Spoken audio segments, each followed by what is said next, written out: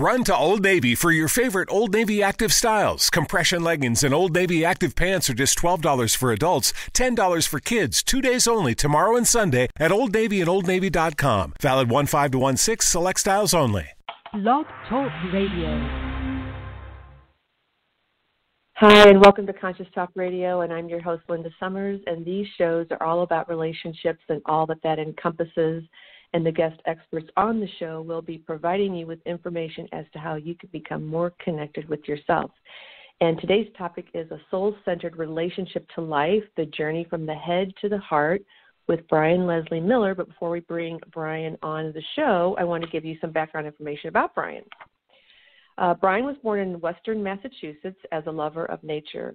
He's had a profound realization about the interrelatedness of all things at age 12 in the New England forest, which led to becoming a seeker of truth. It was a strange childhood feeling alone in what had been revealed. Brian moved to California, eventually to work as a wilderness guide at UCSD, but life had other plans and steered him to the Master's in Spiritual Psychology program at the University of Santa Monica, graduating in 2002. Thus began his 15-year coaching and mentoring career, helping people enjoy the freedom and joy of soul-centered living. In 2010, as a result of studying ancient Vedic teaching from the sacred texts of India, the Rig Veda, Brian underwent a transformational shift in identity where he experientially, I hope I'm saying that right, awakened from the illusion of duality into unity consciousness. And with that, I'd like to welcome Brian to the show. Hey, Brian. Hi, Linda. How are you? Good intro. Good. Thank you. Thank you for that. Well, I hope I got experientially as like, oh my gosh, it was like a tongue tie there. So, yeah.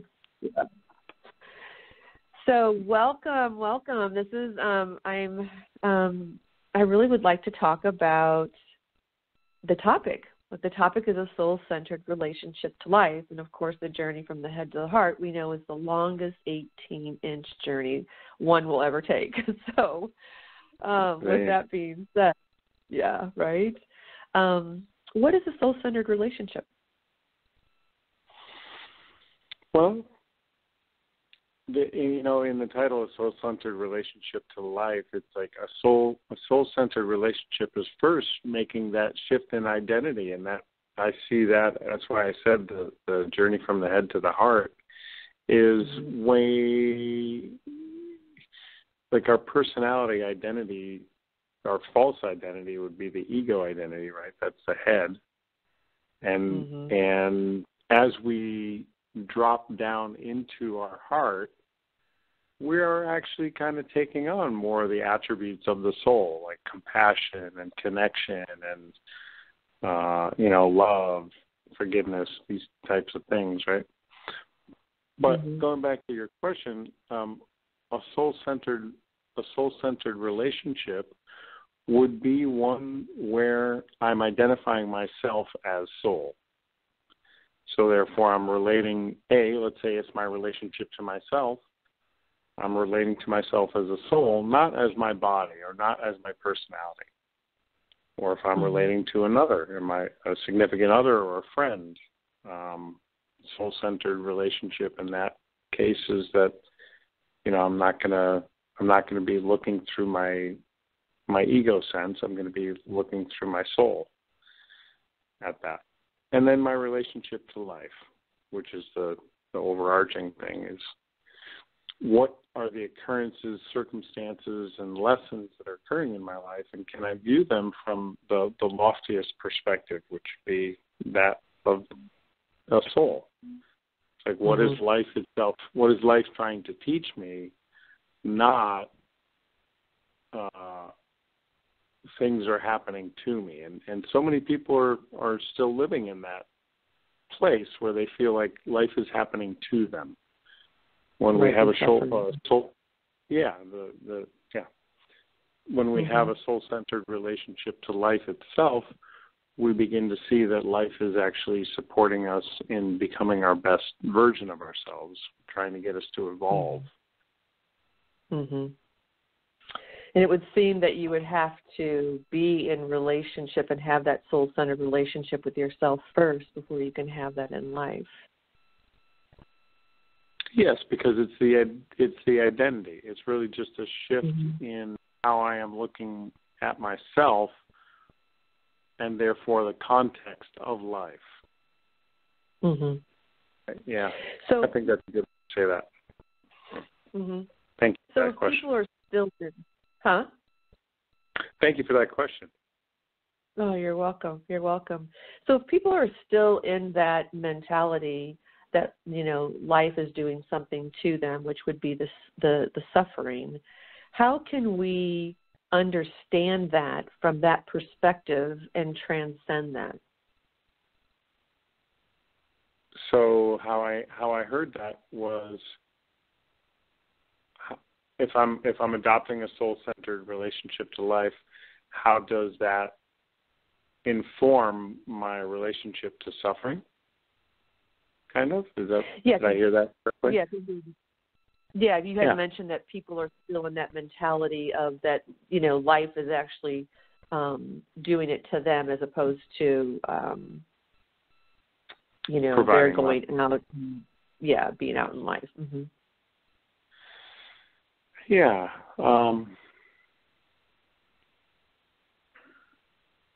Well, from the Rig Veda, there is something called the kleshas, which is the 5 root causes of suffering. And I know that Deepak Chopra did a video on YouTube. He does an excellent explanation of it. But essentially, what they identified was that when we don't know the truth about our soul, about the nature of reality, and ourself, then we are going to suffer, because what we have to place our identity somewhere, and when we misplace our identity, like we have, you know, the case of mistaken identity, what we mistake ourselves to be is the body, and the body is temporary. The thing that animates your body, the you that is aware of your body, the you that is aware of your emotions, the you that, you know, is actually unchanging. And all these are all like nice theories. I would like to take a moment before the interview is over and actually bring people to an experience of the nature of their soul, the nature of our very own soul. Just so that it's not some theoretical idea, but so that people really get, whoa, holy crap, this thing is like closer than hands and feet. You know, it's not some idea. Right. But what happens when we do adopt this perspective of ourselves, and we see that the truth of what I am, who I am, but what I am, is this unchanging nature, this unchanging aspect of being that we refer to as soul. And it's we are immortal. We are timeless. You know, it's like what we are is actually outside of time. And then it casts a perspective on, or it casts a new light and perspective on the situations that arise in life that can be challenging, that we do, you know, suffer when we don't have the proper perspective, because it's like it oftentimes does feel like it's happening to me. Right. You know. Right. Now, just to shed a little more light on that, let's say my lesson is, don't touch the wood stove to see if it's hot, right? And maybe my lesson is, I can just wave my hand over some to see if it's hot. So I do that a couple of times until I integrate the lesson, and then I no longer touch the stove. I just wave my hand over it, When I stopped doing that and I stopped getting burned, my quality of life just increased or improved. So even the painful things in life are helping us to improve. Obviously, the good things in life are showing us, yes, keep doing more of that. You're on the right track. Right. So when I can, it's like, I think I've said this once before, that a learning orientation to life is a soul-centered relationship to life, because I'm always asking, how is this for me? How is this trying to support me in evolving? I have to say I can see where I've been stubborn in certain areas where I've repeated lessons year after year after year. But check this out. Life is patient. Karma is the school teacher. Karma is the school teacher, and she doesn't care how many times I have to take the lesson. She will just patiently keep repeating it until I understand, oh, that's what I'm doing wrong. That's insane. I love that. Well, and it sounds like when you recognize a pattern, I think that's a beginning when you can totally recognize it and then have that shift in perspective is what you're saying, to know that this is like a learning for your evolution and your growth, to really see more of who you are, the who versus the what I am. Yes. And actually, as you're saying that, I got a flash of some images in my head. And it was Maslow's hierarchy, the triangle of Maslow's hierarchy of needs, and the chakra system are both representations of the journey from the head to the heart. How I see the chakra system as that is that the root chakra, the second chakra, and the third chakra are all about me, my survival, my pleasure, my accomplishment and achievement. First, second, and third chakra. First is survival. Second is pleasure and procreation. Third is approval and acknowledgement. Fitting into society. Right. It's only when I've cleared those root, the sense of survival and fitting in, that I make it to the heart. And now it's not just about me. Now it's about we. And then as we ascend even higher on the chakra ladder, we move up towards crown chakra, which is like Jesus with the space bubble over his head. That's the, the crown chakra, fully lit up. And what it connotes is aware that this that I am is divinity. This consciousness that I am is the supreme, is the divine, is the absolute. And so it's really, that is the journey from the head to the heart. It's like it's reverse on the chakra ladder, because the head's not the top. It's like when we're standing up, our head is higher. So it seems like the journey is a downward journey. But that's just the physiological representation. Then when you look at Maslow's hierarchy of needs, it's the same as the chakra. It's like, food, shelter, and water. And then accomplishment, and then self-actualization. Wow. I never even thought about that. That is so interrelated. Yeah. And then, the other thing, I guess, is in my experience, Linda, I can tell you this, that when I was fully identified with my personality and my body as Brian, I really did try to think my way through life. I had to figure my way through life. I was calculating, right, what would create that result, and really felt like life was up to me. It was my right. That's the stressful part of life, feeling like it's up to me. Yeah. And as my own evolution occurred, And I moved more and more, let's say, from my head to my heart as my identity shifted more and more away from my thinking and more into trusting intuition, right? I moved from body identity to soul identity. I was able to trust that the still small voice that is always whispering to us, telling us the right thing to do. Mm-hmm. We all have intuition. We all have stories of the time that we listened to it, and it was smack dabbly. It was right on the money. And we also have all those stories about the time that it spoke, and we didn't listen, and it was smack dabbly. Yes. It was, it's like it's always right. It's just a matter of whether we paid attention to it or not. And so the journey from the head to the heart is also that, not thinking my way through life, beginning to literally feel my way through life and trust my way through life. Mm-hmm. And do you have any suggestions?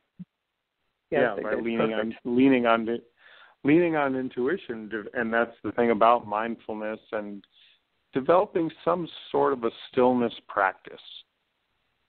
It's like many people get freaked out about meditation because I can't get my head to stop. I can't get my thoughts to stop. It's less about stopping and more just about developing stillness and quietness in your life so that there's room and space to hear the guidance that is always coming through. Mm-hmm. How can you distinguish between what you hear? What is your perception of that? As I've been paying attention to it, intuition, it gives you just the facts. It doesn't give you, there's no emotion about it. It's like, better take the umbrella, or you might want to take the umbrella. It's a whisper, and it's a, there's not, let me compare it to the head. The head is anxious. Yeah. The head, when it's communicating, it's like, I don't know. It's like it's like it has an agenda or something. It's like trying to figure something out. It's trying to be in control. Yes, huge. Intuition doesn't do that. It just says, bring your water bottle, or grab that apple. It's like. It knows what's coming down the pike. It knows. Yeah. So it's just telling you facts. And it feels like you would know deep within yourself, like if you're trying to lose weight or something like that, and you decide you're going to have, a pint of ice cream or something.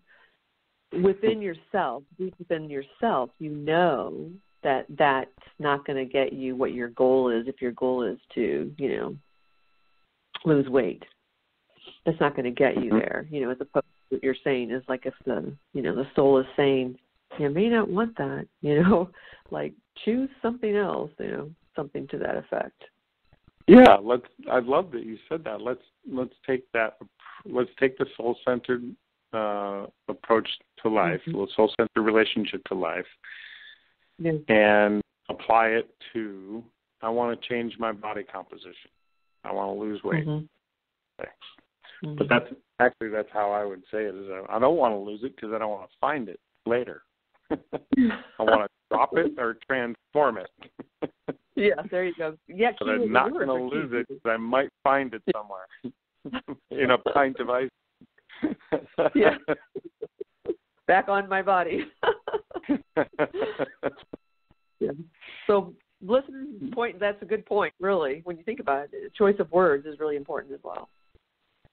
Yeah, we are creators. We truly are creators. This is not new news to anybody, especially people listening to your broadcast. How I talk to myself, I am programming myself. Right. And, as a soul, I recognize that that's the likeness and image is my ability to create through spoken word, through vibration, if you will. Right. But even more than that is the mental images. Like the image that I hold of myself is possibly the most powerful thing in my tool chest, my self-image. Tony Robbins says a lot about it, as well as Brian Tracy and many other success gurus, that we won't outlive our self-image. And there again, that's a good reason to adopt your soul identity versus your person identity, because all of your limitations belong to the person, not to the personality, not to the soul. The soul is limitless. It's like soul doesn't have self-esteem issues. Yes, so true. Yeah, I love that. So is there, I know there's a connection because you talked about earlier about, stillness, finding stillness. And, we know going out in nature, and of course, you have, you were a guide, a wilderness guide, so you are very connected with nature. And can you talk a little bit about that, how the relationship between nature and the soul, because that's a really good way also to be able to connect more to the soul of yourself. Absolutely. And, this has gotten deeper and deeper for me over the years, Linda. I think that I facilitate Vision Quest. I take people out for a 3 or 4 day immersion experience.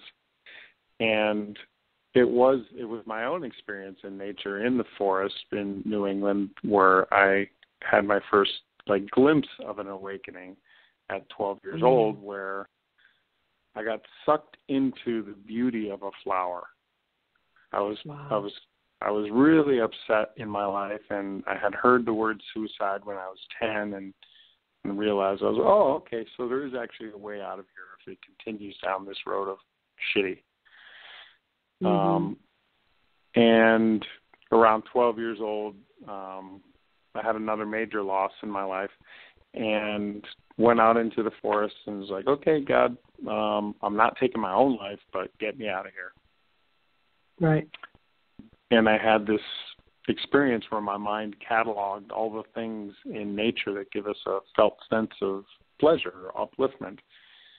And I looked down and looked at the flower, and it just sucked me in. And I had I didn't have the verbiage for it then, but it was like a samadhi experience in the sense that everything became one thing. Wow. And then when I came out of that space, for lack of a better way to describe it, I was struck by the fact that Native Americans knew, they had reverence for everything, right? Because whatever has created this experience has included things for our happiness all throughout nature, like a trickling stream or the pleasure of sunrise or sunset or the amazement of looking at the night sky, the stars, bird song, all these things. The other is initially I was going to be a spiritual teacher, and then life has me being a relationship counselor. And I'm like, well, what about, how does my love of nature fit into this spirit? And the answer was, well, duh, Brian, relationship is one big nature. I mean, the other way around, nature is one big relationship. Yeah. So that's the truth of it. The interconnectedness of all life is represented in an ecosystem. It's the cliche quote from Chief Seattle about the web of life. That anything that we do to the web, we do to ourselves. But it's so connected. Yeah, and also I would gamble that if I interviewed 100 people and said, tell me about a transcendent experience that you've had in life where you feel like you maybe touched the mystery. Was it somewhere in nature? Yeah. I'm going to bet better than 80% of them are going to be in nature, because that's where we really do slip into the mystery. And that is where our mind expands, to receive insight into some of the bigger questions. And all the people that I take on Vision Quest have some sort of an experience of belonging to a bigger family, belonging to more of a planetary family. Yeah. Do you have any of those coming up, Brian, Vision Quest? I do in March. People to the Desert in March. Okay. Anybody that's listening, if you're listening even after this, you can get in touch with Brian at your website, Brian, therealtransformation.com? Correct. Or email me at brian@realtransformation.com. Perfect. We've got about 3 minutes left. Do you want to give us a sample of, do you have any experience of this is really real? Yes. Beautiful. Yeah. Okay. So this is how, I only got 3 minutes, but I could easily go off on a rant tying together quotes from the Old Testament, the New Testament, the Bhagavad Gita, the Quran. Wow. I mean, it's everywhere in there about how close the truth is. It's so close, we're stepping over it on a daily basis. Okay? So there is a physical part of us that when you look down, you see your body, but what you are not seeing is your own head. Without the use of a mirror, it's impossible to see your own head. Okay? So what you are is the thing that is seeing. It's a non-physical part. See if you can become aware of that there's this awareness that the placeholder of it is your head. Okay? Yes, I remember. Now we're going to have you close your eyes, and the awareness is still there. And what has happened is that your body has now become only a sensation. It's no longer a visual sensation. It's now just a felt sensation. You got your, body awareness. And maybe you might even be aware of an emotion right now. But I want you to be even more aware of the dark space that is what we would maybe refer to as interior, right? Because when we close our eyes, it feels like we go interior. And notice that this interior space is the exact same place as myself, or I am. When you say I am, I am. I am here. You could even say, I am here. And notice that the location that you're at is the exact same as this open, empty space. And now sense that no matter what direction you were to go off in, there is no end to that open, empty space. It's literally limitless, open, empty space. There's no thing in there. This is the nature of what we are. Free. We're already free. Yeah. And this is the exercise. I was going to say this is what this identity, this soul-centered identity can do for us, is that we are literally carrying around with us the peace, joy, and freedom that we think is outside of us. Right. Yeah. It's such a serene feeling, and so such a peaceful place.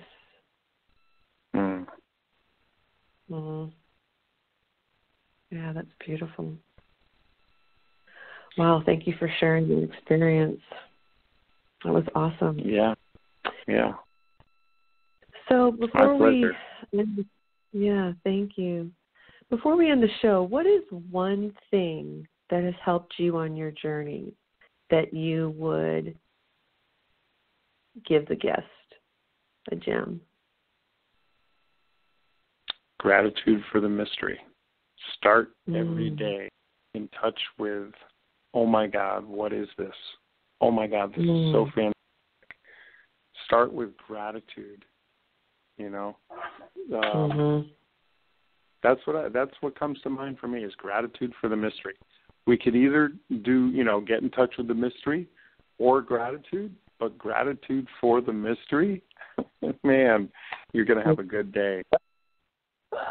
Right? I love it.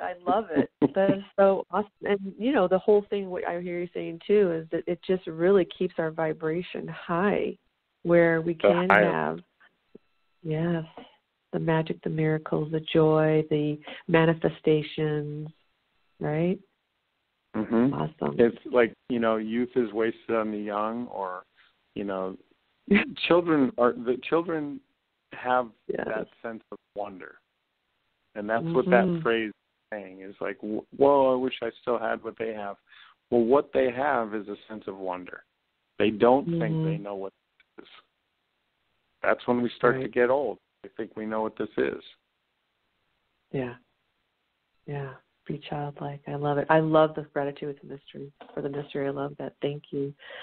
Oh my gosh, Brian, thank you so much for being on the show. It was such a pleasure, and I love hearing about the soul-centered relationship and really, helping people. And that's what you're doing, is helping people to connect to that soul. And so I really appreciate you being here, and thank you so much. Yeah, if anyone wants to take their relationship to the next level, absolutely contact me. Go to realtransformation.com, check out some stuff. I've gotten rave reviews for helping people that are stuck in their relationship to really get love flowing again through this soul-centered approach. Because then the ego is not trying to be right. Right.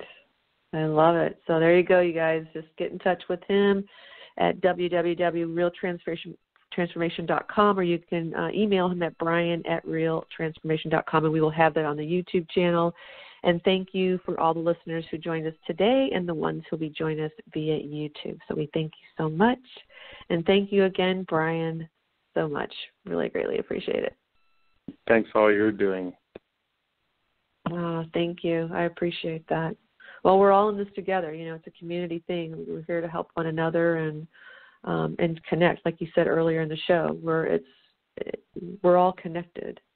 And so I think more when people realize that we really are connected at this level of soul, and I think the more the work that you're doing is bringing people into that and about love. And so, that's beautiful in itself as it is, So thank you. A pleasure. Awesome. A pleasure and an honor. Thank you. All right, you guys, thanks so much. Okay. And be sure to watch the show, and we'll see you later. Bye. Bye for now. Yes, thank you.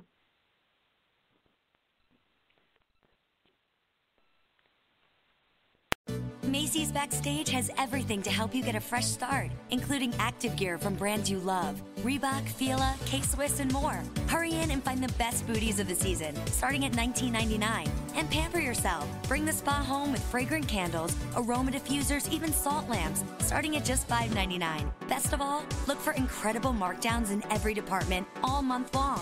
Macy's Backstage, off price, on trend, arriving daily. Find your store at macysbackstage.com. Macy's Backstage has everything to help you get a fresh start, including active gear from brands you love, Reebok, Fila, K-Swiss, and more. Hurry in and find the best booties of the season, starting at $19.99. And pamper yourself. Bring the spa home with fragrant candles, aroma diffusers, even salt lamps, starting at just $5.99. Best of all, look for incredible markdowns in every department all month long. Macy's Backstage, off price, on trend, arriving daily. Find your store at macysbackstage.com.